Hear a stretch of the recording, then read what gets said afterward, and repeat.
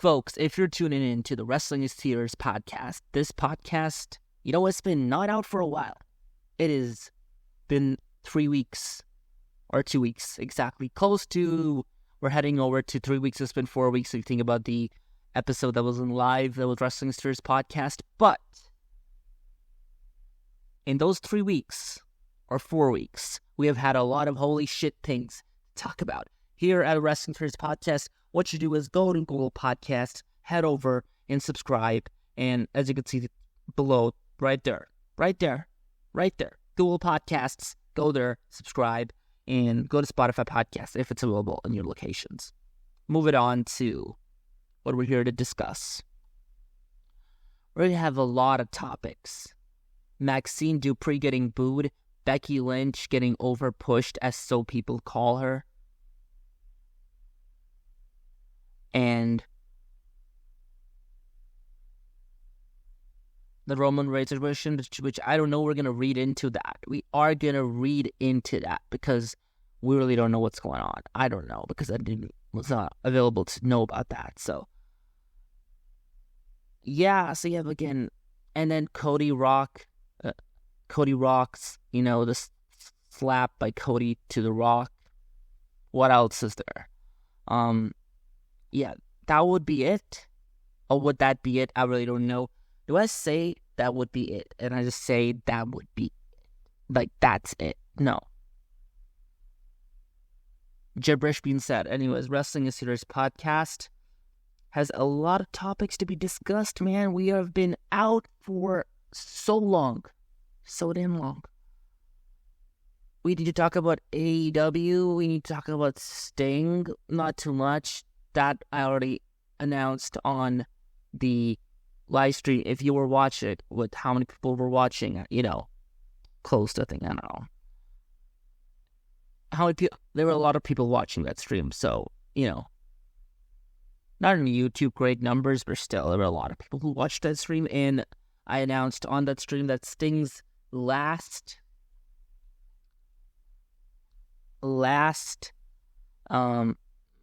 match will be described in a video, and we're going to talk about everything, and we're going to talk about the wrestling, aspect of Sting's career and everything he has done in professional wrestling. And we're going to appreciate it. But that's going to come down in a while. That video is going to be out to appreciate the career of Sting, but compared to this, let's just get into Wrestling is Tears podcast. Let's get into the number one topic, which I did not mention right away, but I'm going to mention it now, and it's going to be Chad Gable and Sami Zayn. People need to understand something here. Sami Zayn is not the person we hate, okay? We don't hate Sami Zayn. Could it have been Chad Gable? Yeah, sure, it could have been. It definitely. I said I would want Chad Gable to win, but if the problem here is that people don't understand, Chad Gable didn't, he would have benefited from winning, but it didn't do him that much damage from not winning, I would have been, I think. Like, the thing is, Sami Zayn won, alright? He won, and I'm not mad about that. But I would have said the same thing if Chad Gable won. I would have said the same thing. Oh, Sami Zayn should have won. This is the bipolar of professional wrestling that not that many wrestling fans get, but need to understand. Sami Zayn, the Rocky storyline is, how Triple H called him Rocky and stuff. Yeah, sure, you can do that storyline with him, and being in Philly, it makes a lot of sense. But Chad Gable turned over people's mind and said that he's the right winner. Still, I don't hate Sami Zayn. I don't hate him because he has to prove something. But it could have gone either way. And to hate, and I'm seeing a lot of these fucking nerds And again, I saw the sign too. IWC equals to nerds. On SmackDown, I think the sign was to Raw. I don't know. Yeah, so you fucking like kidding these ads. Like, I saw something pop up in Sports Kid. I'm like, oh shit, nah. And something to do with AEW. Sami Zayn shit. Chad Gable should go to AEW. Booking by Triple H. Absolutely horrible booking by Triple H. Like, fucking kidding me? Kidding me? That's horrible booking. That's the worst you've ever seen. And for him to go to AEW, a dead promotion that nobody fucking comes out and you know, roots for, really? Because there's no, the AEW fan base has turned over to the WWE fan base. That is the damn truth, okay? Because WWE is so fun to watch. AEW is interesting to watch. It was fun this week, but can they keep it up? I hope they do. I hope they get bigger audiences to their shows, and it becomes bigger in professional wrestling, but it's not. WWE is the number one company. It's not people staggering on, who are with WWE. It's us, all wrestling fans, saying, in terms of product, in terms of how fun it is to watch, it is WWE. And kudos to them to go to Netflix even. We haven't gotten to that before, but yeah. But the thing is, Sami Zayn won, and I have no beef with that. I have no problem with that. Could I see it become a triple threat? Hell yeah. I would see that. I could see that happen. But I would not expect that to happen, really. They can still tell the storyline.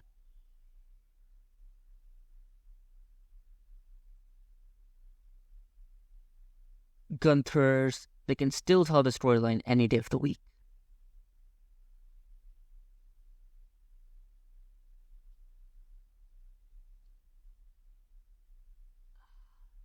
And here's the questionable thing. Gunther is going to go after Cody, right? And he's going to beat Cody. Not after the World Heavyweight Championship, because I think we keep that. It's cool to keep that. So, moving on. Sami Zayn should have won if Chad Gable won. Chad Gable should have won if Sami Zayn won. Doesn't matter. I'm done with this shit. I'm not need to say that all these AEW fans because clearly I was like, no, this is clearly some BS shit. Let's get into a big topic here. The Rock and Roman Reigns and Cody and Seth. For the past few weeks, this shit has been going on. Rock has been cutting some crazy ass promos on the internet, on Instagram. It's like crazy. He already does it before, because he cannot say the F word out on, So he says it not on TV really, but he says it on Instagram, and it's fucking incredible. It's absolutely great. I love it. It's The Rock again. For all people, if you don't know The Rock, Dwayne Johnson, it's like he is the end-all, be-all of sports entertainment. Like, sports and entertainment, when you talk about sports and entertainment, you talk about The Rock. When you talk about pro wrestling, you could still talk about The Rock. Because he's a wrestling entertainer and he was so good at it, and he's been to this day. And the job he's doing as a heel is fantastic. Fantastic.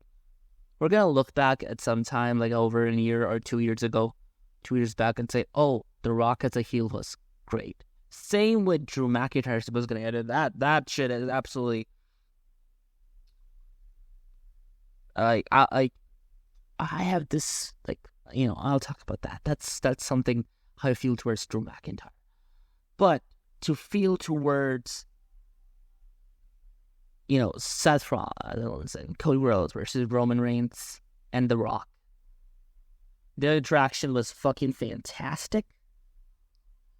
The deadline of Cody and, saying some shit. I discussed it on the Wrestling Jerks podcast live with Elimination Chamber, but we moved on from that, and then we moved on to The Rock cutting a story promo, and, a lot of other stuff he did. And that's what the situation we're currently in. Cody and Rock and Roman, they're going to have a match WrestleMania, and their latest interaction at SmackDown was so fucking fantastic. Oh my lord. And also KSI appeared. RKO, and that cell was one of the greatest cells I have ever seen a celebrity take.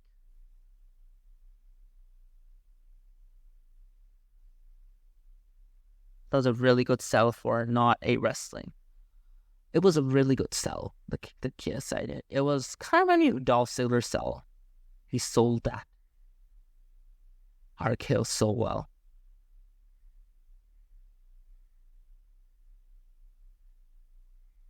I love that sell.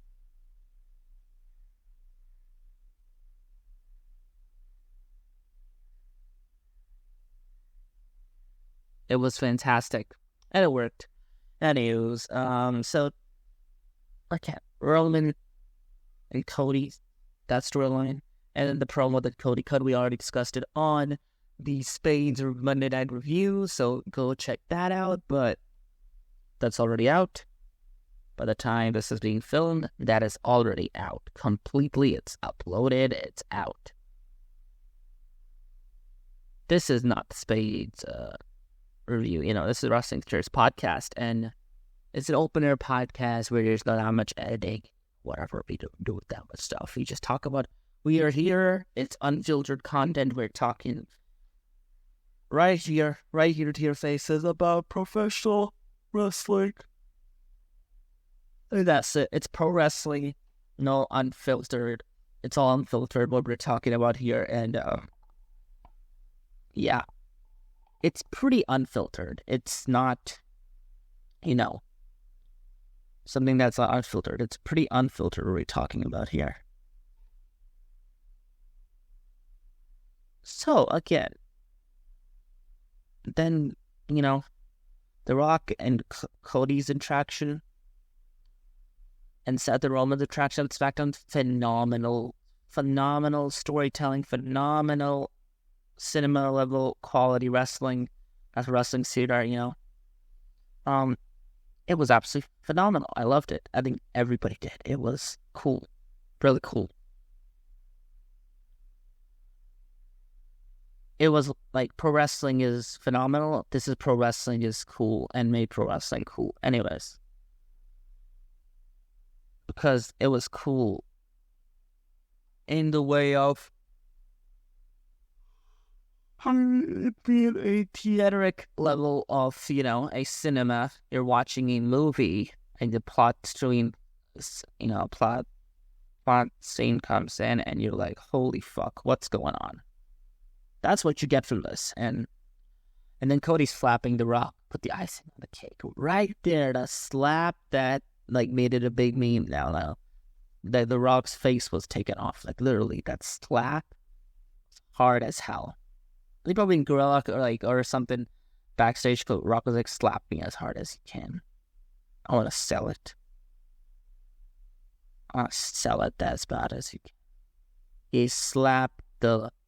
He gave him the biggest lick ever of a slap I have seen. I've seen Stephanie slaps. I've seen everybody slaps in pro wrestling. All these women fighters, divas, valleys, and stuff. Whatever. But that Cody slap.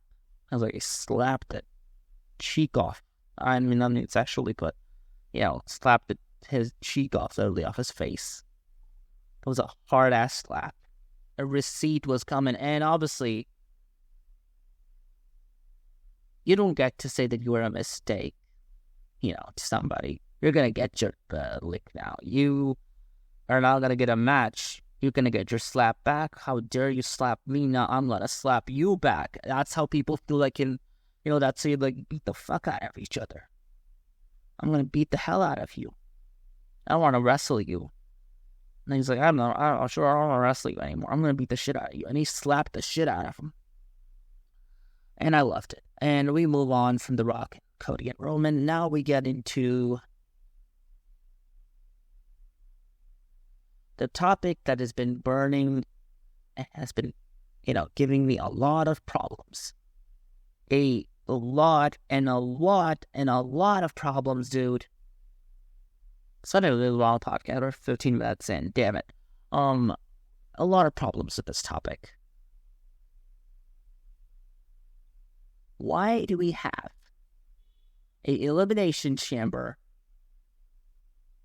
That's where in kayfabe, I'm not saying that, that's where,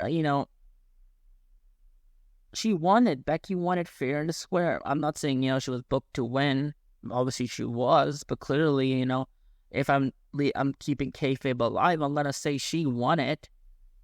What I'm going to say in kayfabe now is that, even in kayfabe, I'm going to say it, Liv Morgan needs to stop acting like a little bitch, because she's just a little brat, in my opinion.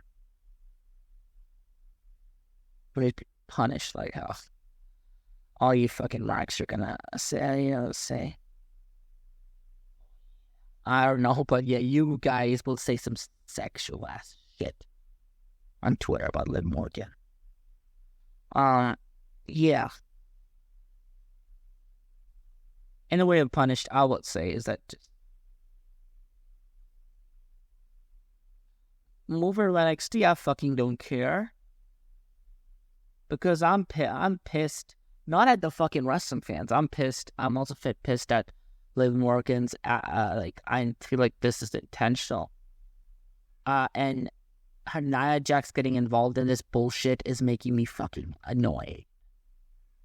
Because you had your match right sold there. I do not, and for the love of God, why you have a fucking elimination chamber to book that shit, and then you show up and with other two women who want to get in after a person already won a chamber match, and then you have another person coming. It's just fucking annoying. It's just, this shit is awful. And then these Liv Morgan fans, these stands on Twitter, saying that, oh my God, Becky Lynch is so overrated. You kidding me? That's how fucking fickle wrestling fans are. Especially the ones on Twitter. They suck. They suck as hell. And they saying that, Becky Lynch should have, she's overpushed and she should have not won. Liv Morgan is not even at the level that she had the story. There was not even a story that had Liv Morgan winning. You tell me. Who saw that story even? To the stands here, people. Listen, Liv Morgan stands, I'm talking to right now. You tell me, did you see that story between Liv Morgan and Rhea Ripley? Nobody saw it, because they didn't really show it that much. Might be a very little bit. That's it. The main focus, the story made the most sense. In the story, it was predictable, and it made more sense for Becky. It was that story. That's the story they were pointing at. They did not do it. They did the story when Nia Jax and Rhea Ripley. That's it. They did point a little at that, but they didn't point at all at the other story. Like Liv Morgan or Raquel or Tiffany. Tiffany had a good showing, but they didn't point at Tiffany versus Rhea Ripley. To say this is fucking, atrocious, it's just an understatement. This is absolutely garbage. Garbage shit that pro wrestling stands are saying only because they like Liv Morgan, how beautiful and, appealing she is to them. She might be. I won't say that, but, maybe she is. Who knows? But, everybody has their own opinions. But to purposely stand on somebody for being beautiful and, that they should get deserved. Liv Morgan has no right. She is not as close of a level star as Becky Lynch. She got her moment already. She's already been champion. Yeah, Becky's already got her moment. Becky Lynch is far beyond her. And to insert Liv Morgan will be a tragedy, because I'll tell you why. Because they might make it work, but I don't want to see that work, because I want to see the one thing that should have happened. that they made Charlotte and Becky and Ronda work, and that should have not worked because I wanted to see Becky and Ronda. Better yet, I want to see Ronda Rousey versus Becky Lynch straight up. No 2 championships, but 2 championships was still cool. If they would have had the opportunity, they could have just done Ronda Rousey versus Becky Lynch. Or could have done Asuka versus Charlotte at WrestleMania again. They could have had so many opportunities. They had so many opportunities, but they chose to do the other way. We forget this shit, pro wrestling fans. Stans you are. Liv Morgan stands, man. Becky Lynch is not overrated. I haven't seen this, and I absolutely don't agree with this. Becky Lynch is not overrated. She's not overpushed. Who's overpushed is Charlotte, and you damn well know that, but Becky Lynch isn't. But you don't boo Charlotte. I have to say, you don't boo Charlotte because she's a female and she has good looks. Roman Reigns is a male and he has to, like, come on. First of all, Roman had great look. He's a stunning man. He has a big face. He was so good looking. But that way he's going to push. But, Charlotte Flair is a good looking woman. And for women, it's easy to just, not get pushed to them. Not get booed because they're women and you cannot boo women. You gotta be kidding. Okay? You have to be kidding me. It doesn't mean no shit to try it out. It means no shit to, give it a gospel of a truth.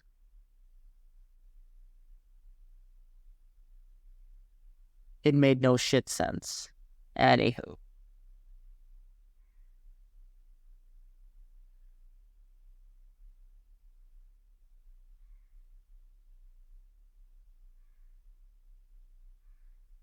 So yeah, it made no pro wrestling sense to, show say that Liv Morgan is worth the damn. She might be worth the damn, but she ain't worth a quarter cent with the current situation of how stories was going with Becky and Rhea, and that show should happen, and I'm so effing pissed. I'll move on from it now. And Becky Lynch is not overpushed. She is the correct level of push. She broke the system, all right? She broke Vince's system and made him give her a push. She got over organic. They didn't do anything to get her over. She got over by herself.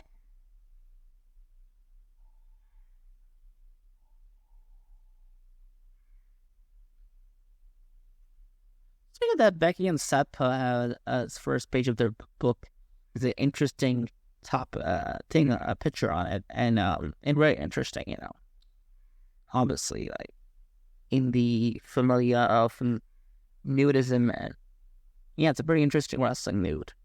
Enjoy it. Anyways, you can go check that out whenever you want to. Alright, we discussed Coach Chad. I'm going to discuss that. We'll discuss a lot of pro wrestling stuff. What are we missing here?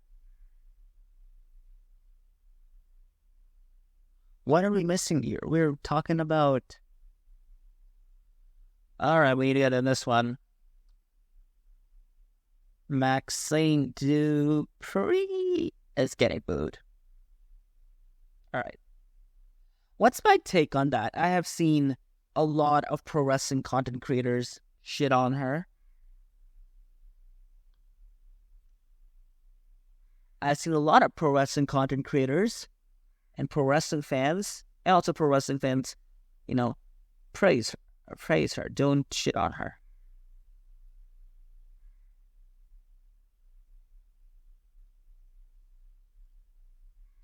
The people I will not really mention because it's not my job to mention them, and I'm not going to clout them out because it's not my business. But there were people who said this shit. I'm not going to, put names anywhere. People said this shit, and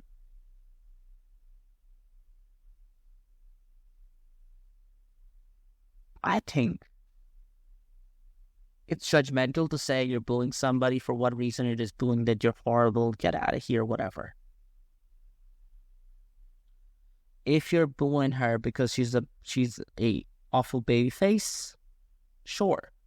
She needs to turn heel. The company needs to turn her heel. The writers need to write that you're turning heel. And if you're booing her because you're just a dick, that's something else. That's where we're like, come on. But the interesting point is, I would say,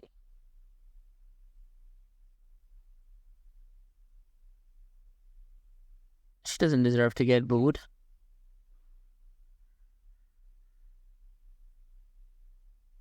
But I would say they had no business putting Maxine Dupri early as wrestling Rhea Ripley. That early.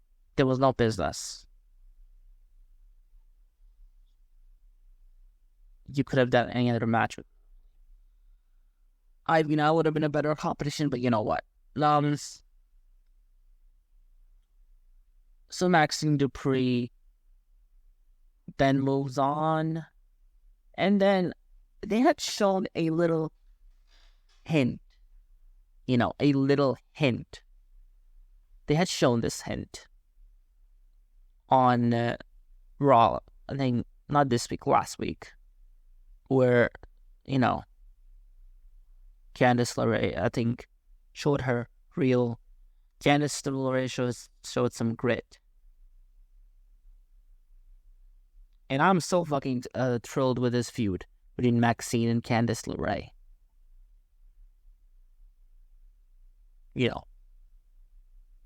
Because I want to see this feud.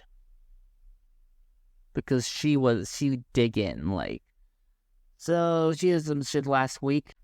Anyways, as we're getting to Candice LeRae shit again, we've been 30 minutes in or something now. Yeah, the thing is, Candice LeRae is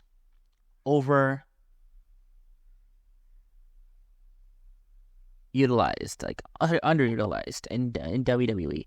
Since the time she came back, she was not booked well. And I would say Maxine needs to get better in the ring. That's on her to do. But to say she got booed, it's part of the business, I get it. But she still is learning in the business. She doesn't get the business in total faction, okay? She does not know how, really, she doesn't get the business yet. She's learning. She's really learning, and she doesn't get it. So, it's cool. But saying you suck her and, you get out of here, go the hell away. I want to see you again. Get out of here. That is kind of too far. Let's say you just boo somebody, so you say you suck. You suck. That guy was being a clear dick. I would see it that way. I think he was being a clear dick. It's not that he was booing. He did not make that much. You suck, Maxine. That he was being a dick. And it should have been that. That's how I would take it too. If I hear that from a wrestling fan. It's not your business to say that. You're a wrestling fan, you're watching the business. I know, if comedy person says this in a comedy stand-up show, people will say the same thing. Yeah, it's the business. That's how the business goes. That's it, I would say. To talk about this, Candice LeRae has taken a 180. A clear 180. Has so much emotion now in it. Has reality. When reality is mixed into fiction in WWE, it is the best thing you can ever book. And I'm so stoked for what I saw on Monday Night Raw with Candice. And I'm going to talk about it. Candice LeRae went through her. She was doing this caterpillar, and Candice LeRae said, "You suck. The internet fans know what you suck. These fans know what you suck." And Maxine just was just trembling. She was like, I'm out of here. I'm out of here. I'm out of here. She was like, I'm done. She was done with it. internet fans don't know that much shit, so we're gonna move on, to now Maxine getting pinned and again Candice LeRae. Think about what she's been underutilized and not been, put in main stuff for about 2 years as she's been in the company. Wrestling fans can be fickle, but Candice LeRae is an incredible wrestling talent. If to be a great, book 12, sure. Candice LeRae, so good in the ring. She knows how to wrestle. She's a great character. She knows how to, show her character off. She's done it the way in NXT. She can be a damn good heel. So, turn her heel is a good step forward. I would love it. And this makes more reality into wrestling. And I love reality wrestling. The two things that work together, reality and wrestling. Well, we're not off of that. We're not off of that, right? Drew McIntyre, absolutely such a asshole, but I love him. I just want to squeeze the shit out. I want to hug him so bad. He's so good at making me love him, and instead of hating him, I hate him, but I love him. That's the solution, because he's not telling lies.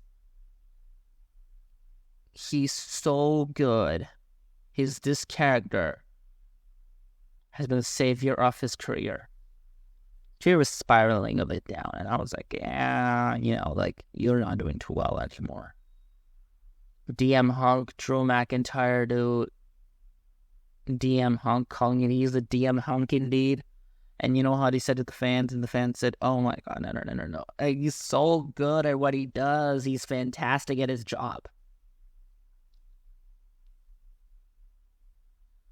And yeah, I think I'll end it off here. Drew McIntyre is so good at his job.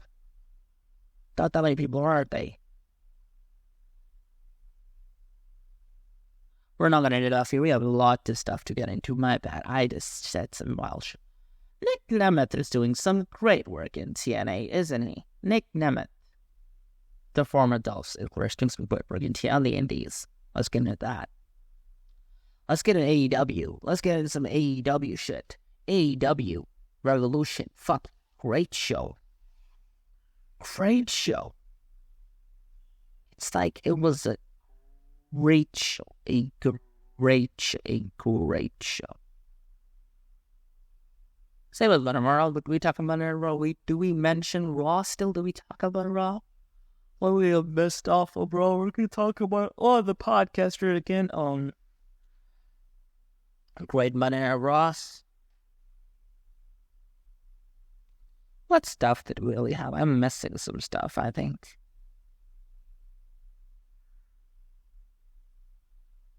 We had some topics. Travis Scott was in the house today. Wow. That was fun.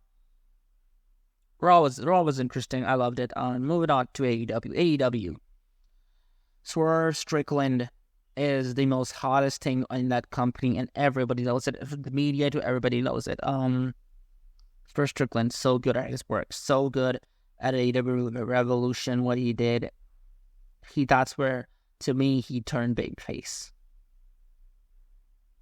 And him coming out and saying that I told y'all to do these things, and Samoa Joe coming out there and that Undisputed Kingdom, I am quite to say that what's going on with Adam Cole. To me, Adam Cole is a underwhelming character in the wrestling industry. Because with MJF, the shit he has said has obviously he's on wrestling, and that makes his character even worse. And I don't get what's going on with it. It's I don't get it. I barely understand what's going on with the Undisputed Kingdom. It's not making me understand. But what is the point of this? That's what I'm getting through. Maybe that's the way I'm supposed to feel about Adam Cole. I don't know, but if they're working me that's a great way to work somebody. But Adam Cole, man, pretty fine. Adam Copeland came and choked the hell out of Mother Wayne, sorry. The way she poses all the time. Christian Cage and stuff. And I'm actually fucking fed up with Adam Copeland and Christian Cage now. I have to say, I'm getting fed up. I'm getting tired of Christian Cage's father gimmick.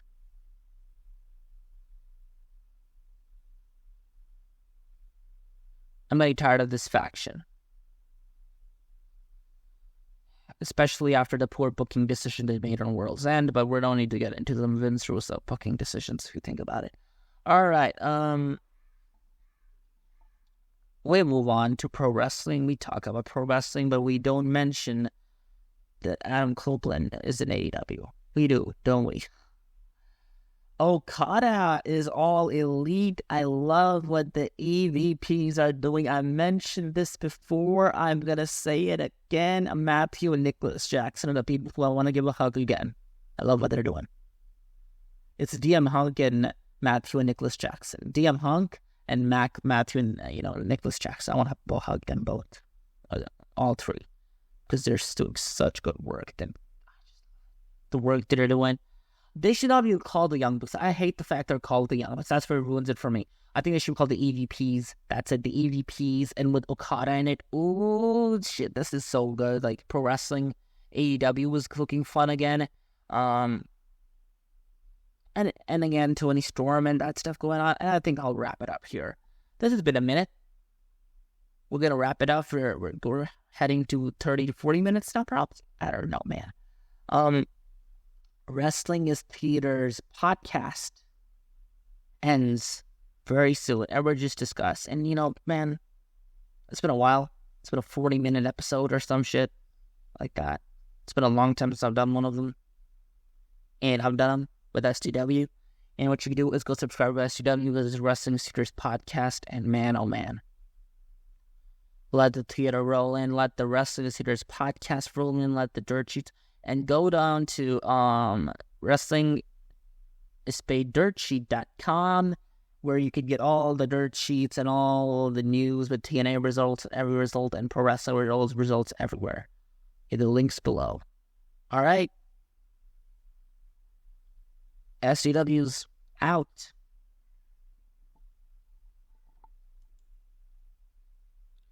Wrestling is Theater is out.